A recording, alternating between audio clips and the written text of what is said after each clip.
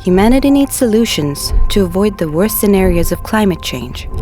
Power-to-X has been proven to be a way to reduce the use of virgin fossil fuels as well as carbon dioxide emissions from industry and transportation.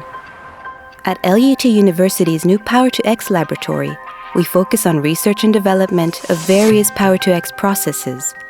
A good example of Power-to-X in action is the production of e-methanol, CH3OH.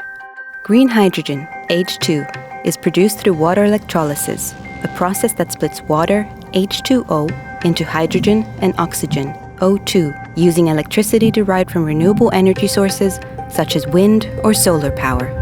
Carbon dioxide, CO2, which would normally be released to the atmosphere and add on to humanity's carbon debt, is separated from other flue gases. Alternatively, carbon dioxide can be extracted from the atmosphere using direct air capture technology. Synthesis converts the carbon dioxide and hydrogen into raw methanol, methanol, CH3OH plus water, H2O. In the following distillation, the water molecules are separated from the raw methanol, leaving us with the finished product, e-methanol. The e-methanol has various applications. For example, it can replace fossil fuels in ships or be processed to a jet fuel.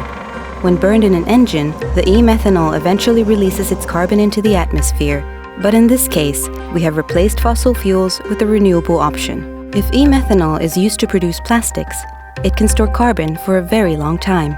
These plastics serve many purposes in our everyday life and industry alike. Both renewable fuels and plastics will still be needed far into the future.